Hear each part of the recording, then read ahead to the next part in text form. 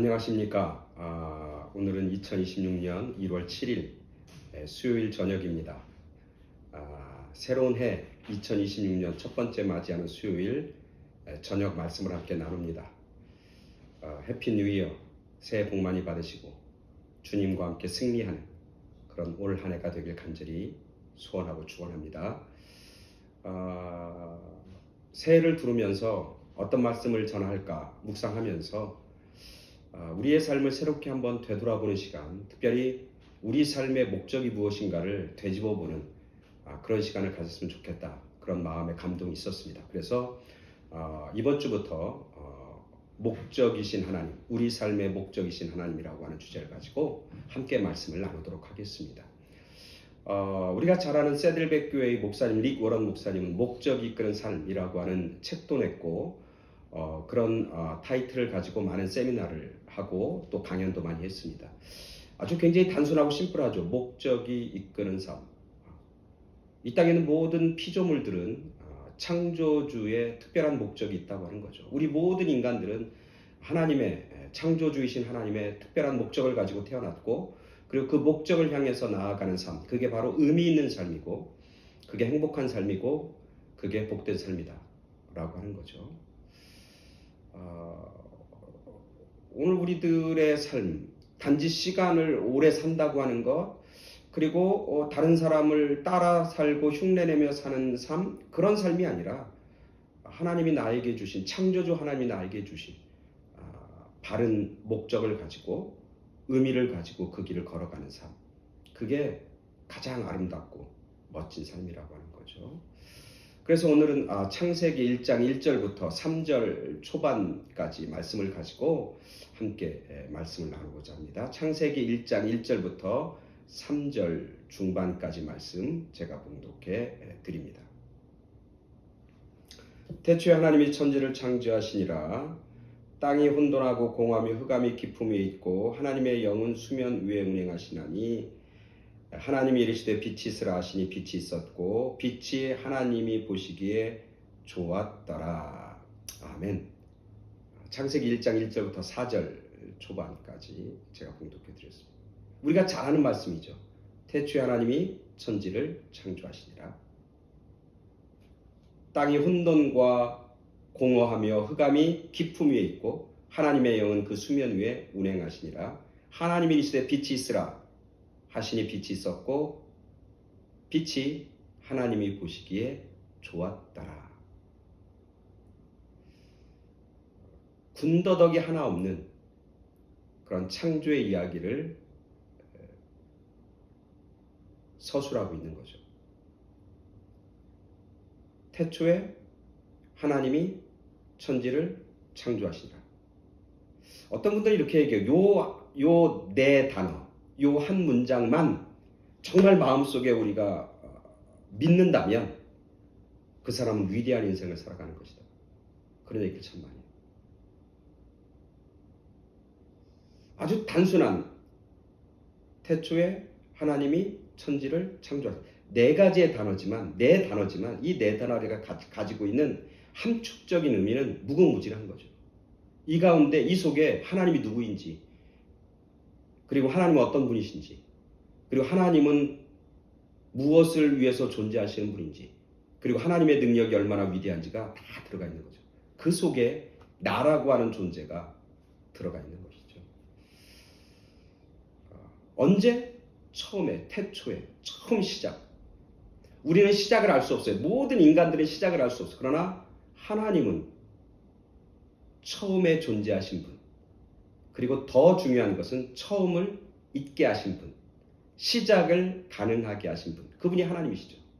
우리가 2026년 새해 첫 시간을 보내고 있는데 2026년 첫 해도 우리가 하나님이 시작하셨다면 마지막도 하나님이 마무리할, 처음과 마지막, 알파와 오메가 되신 하나님, 그 하나님을 성경에서는 태초에 하나님이 계셨다 말씀하고 있는 거죠. 시작하게 하신 이도 하나님이시고 마무리하시는 분도 하나님이라고 하는 사실을 보여주고 있는 거죠. 태초에 누가? 하나님. 창조의 주체가 누구냐? 창조의 이 주인공, 주권자가 누구냐? 그게 바로 하나님이라고 하는 거죠. 다른 물질도 아니고 다른 분자도 아니고 어떤 인간도 더더욱 아니고 어떤 우연도 아니고 우주의 어떤 특별한 어떤 기운도 아니고 창조의 주권자 그리고 창조를 주관하시는 분은 하나님이라고 하는 사실을 분명히 하고 있는 거예요. 태초에 하나님이 뭘? 천지를 천지. 여기서 천지는 하늘과 땅이에요. 온 우주를 얘기하는 것이죠. 헤븐스라고 써요. 복수를 쓰고 있어요. 하늘이 많은 거예요. 하늘이. 우리가 바라보는 하늘은 하나지만 그 하늘은 무궁무진한 거예요. 엄청난 하늘이 존재하고 있는 거죠. 우주가 얼마나 큰가? 상상을 초월하죠. 190만 광년 이런 얘기를 써요. 190억 만년 이렇게. 이건 뭐냐면 광년이라는 건 빛의 속도인데 빛의 속도로 490억 년을 가야 우주의 처음과 끝을 도달할 수 있다는 거예요. 이거는 우리의 상상을 초월하죠. 우리가 감히 상상할 수도 없는 그런 거죠. 그렇게 방대하고 큰 우주. 수천, 수만, 수조의 별들과 행성들이 자기가 가지고 있는 시간대와 운행의 속도와 운행 위치를 정확하게 돌고 있는 거죠. 그 중에 아주 작은 태양계라고 하는 아주 작은 그 태양계의 네 번째 행성 지구. 그 속에 있는 나. 생각해 보면 창조주 하나님과 나와의 그 비교할 수 없고 감히 측량할 수 없는 그런 거리를 우리가 발견하게 되는 거죠. 그 하나님, 태초에 하나님이 천지를 그 모든 것들을 나뿐만 아니라 이 지구뿐만 아니라 이 태양계뿐만 아니라 은하계 모든 것들을 뭐 하셨다? 창조하셨다. 언제? 누가? 무엇을? 어떻게? 마지막에 왜? 왜라고 하는 질문을 어디서 발견하면 저는 4절이에요. 빛이 있으라 하심에 빛이 있었고 그 빛이 하나님 보시기에 좋았더라. 하나님이 창조의 목적은 하나님 보시기에 좋은 아름다운 모습으로 나아가길 원하는 거죠. 그게 하나님의 창조의 목적이고 이유라고 하는 것이죠. 근데 오늘 이 본문 속에서 참 궁금하고 의아한 게 뭐냐면 2절이에요. 2절에 이렇게 얘기하고요. 땅이 혼돈하고 공허하며 흑암이 깊음 위에 있고, 땅이 혼돈, 공허, 흑암의 깊음 가운데 있는 거예요. 근데 뭐냐면 하나님의 영은 수면 위에 운행하시니라. 참 특이하죠. 완전 어떤 역설적인 거예요. 하나님이 존재하면 흑암이 없어지는 건데 하나님이 계시면 흑암은 없어지고 공허함은 사라지고 그리고 혼돈은 없어지는 건데 혼돈과 흑암과 공허 가운데 하나님의 영이 함께 하신다는 거예요. 아니 하나님이 함께하면 더 이상 흑암이 아직 물러가는 거 아닌가? 하나님이 함께하면 어두움은 사라지는 거 아닌가라고 생각했는데 같이 있는 거예요. 어떻게 이럴 수 있을까? 근데 이 말씀을 묵상할수록 이 가운데 담겨져 있는 비밀, 진리의 비밀이 있는 거예요. 영적인 어떤 통찰력이 있는 거예요. 뭐냐면 흑암과 공허와 그리고 혼돈이 아무리 깊고 어둡다 할지라도 하나님의 영이 그 가운데 있으면 뭐가 있다는 거예요? 소망이 있다는 거예요. 혼돈이 그리고 깊은 흑암이 공허함이 있는데 거기에 하나님마저 안 계시면 흑암은 흑암으로 끝나는 거예요. 공허함은 공허함으로 끝나는 거예요. 혼돈은 혼돈으로 끝이 나게 되는 거예요. 그런데 역설적으로 아무리 혼돈이고 아무리 깊은 흑암이고 아무리 큰 공허함이라 할지라도 거기에 하나님이 계시면 그 공허함이 그 흑암이 그 혼돈이 질서로 빛으로 그리고 충만함으로 채워줄 수 있다고 하는 사실을 오늘 창조의 이야기 속에서 하나님은 우리에게 하고 계신 거예요. 오늘 우리들의 삶이 아무리 흑암이라 할지라도 오늘 우리들의 현실이 아무리 깊은 혼돈이라 할지라도 오늘 우리들의 삶 속에 삶의 공허함을 아무리 진하게 느끼고 경험한다 손치더라도 우리 가운데 그 어려움 가운데 하나님이 계시기만 하면 그 하나님이 어떤 하나님? 창조하시는 하나님. 어떤 하나님? 새로운 일을 행하시는 하나님. 어떤 하나님? 그 공허함을 충만으로 채우시는 분. 혼돈을 질서로 만드시는 분. 깊은 흑암을 빛으로 만드시는 그런 하나님의 새로운 창조의 역사. 새롭게 그 위에 새로운 세계와 새로운 시간을 만드시는 그런 하나님의 능력과 역사를 오늘 성경은 우리에게 전하고 있는 것이죠.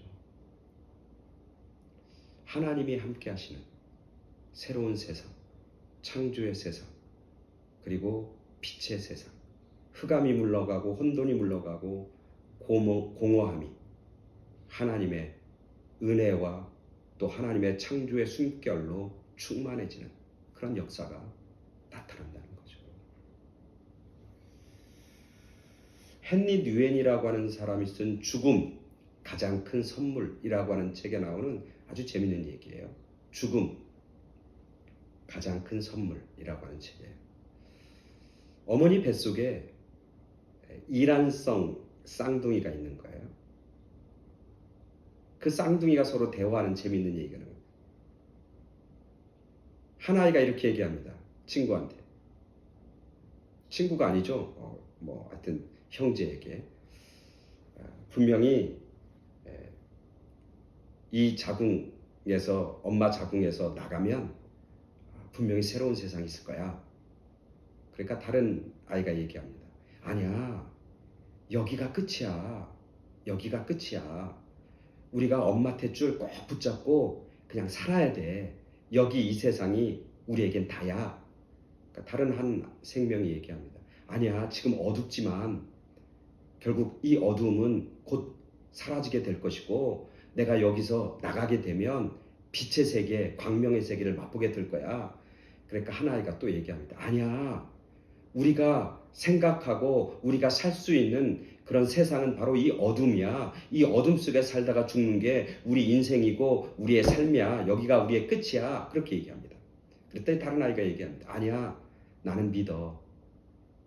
이 탯줄을 끊고 밖으로 나가면 새로운 세상이 열리고 빛이 있고 그리고 그렇게 나가면 그곳에 우리의 사랑하는 엄마도 새롭게 만날 거라고 하는 걸 난 믿어.